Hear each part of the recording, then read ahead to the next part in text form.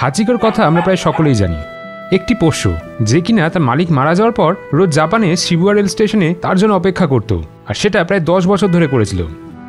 এই হাচিকোকে নিয়ে সিনেমাও তৈরি হয়েছে, পৃথিবীর বিভিন্ন মিউজিয়ামে রাখা হয়েছে তার ভাস্কর্য। ঠিক সেই রকমই আরেকটি পোষ্যর কথা বলবো আজকের এই ভিডিওতে, যার কথা জানলে চমকে যাবেন আপনারাও। পোষ্যটির নাম বোজি, যে কিনা টুইটার, ইনস্টাগ্রাম, সোশ্যাল মিডিয়ায় প্রায় সব জায়গাতেই আছে। সেখানে তার ভিডিও প্রায় প্রত্যেক দিনই আপলোড করা হতো, বাসে হোক বা মেট্রোর কামরায়। বোজিকে হামেশাই দেখতে পেতেন ইস্তানবুলের নিত্যযাত্রীরা।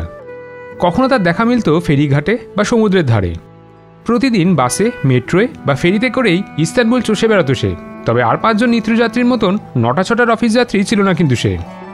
বোজি আসলে ইস্তানবুলবাসীর অতি প্রিয় সারমেয়। চলমান সিঁড়ি বেয়ে দিব্যি মেট্রো স্টেশনে ঢুকতো বোজি, তারপর বেশ সহবত মেনেই ট্রেনের জন্য অপেক্ষা করতো সে।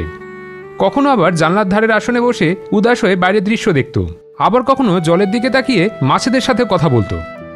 সব দেখে শুনে বোজির নামে ফেসবুক, টুইটারে অ্যাকাউন্ট খুলেছিলেন ইস্তানবুল পুরসভা কর্তৃপক্ষ। একটি মাইক্রোচিপের সাহায্যে বোজির সফরনামা তথ্য জড়ো করেছিলেন তারা। পুরসভা কর্তৃপক্ষ জানিয়েছেন সপ্তাহান্ত বাদে প্রতিদিন প্রায় 30 কিলোমিটার যাতায়াত করত সে। গোটা দিনে অন্তত 29টি মেট্রো স্টেশন এবং 11টি বাস স্টপে দেখা যেত বোজিকে। পুরসভার কর্তৃপক্ষ আরও জানিয়েছেন যে তারাই এই সারমেয়র ভ্যাকসিন এবং রোজকার খাবারের দায়িত্ব নিয়েছিলেন। তবে সে কেন এইভাবে যাতায়াত করতো প্রত্যেকদিন? এক মিডিয়া প্রতিবেদন অনুযায়ী জানা যাচ্ছে 2 বছর আগে ওই সারমেয়র মালিক মারা গিয়েছিল। সেই তাকে সপ্তাহান্তে ট্রেনে কিংবা বাসে করে ঘুরতে নিয়ে যেত। তাই প্রত্যেক দিনই বোজিও সেই জিনিসটাই চালিয়ে যাচ্ছে। আর তারই কীর্তিকলাপ দেখে অনেক নেটিজেন তার কথা সোশ্যাল মিডিয়ার মাধ্যমে তুলে ধরেছিল, যা ফেসবুক, ইউটিউব এবং টিকটকে ভাইরাল হয়েছিল।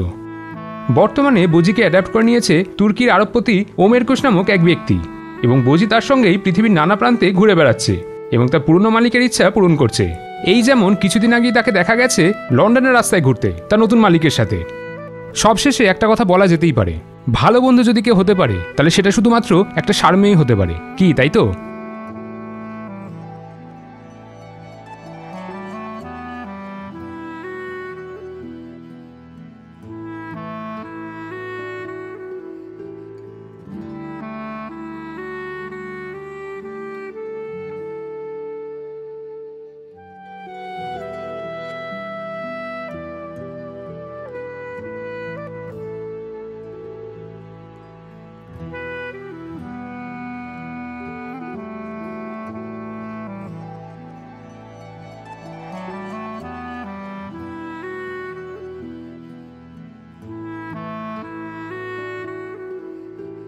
কেমন লাগলো আজকের এই ভিডিওটা জানাতে ভুলবেন না কমেন্ট করে। নানা বিষয়ের ওপর ভিডিও দেখতে হলে এই পেজটি ফলো করুন।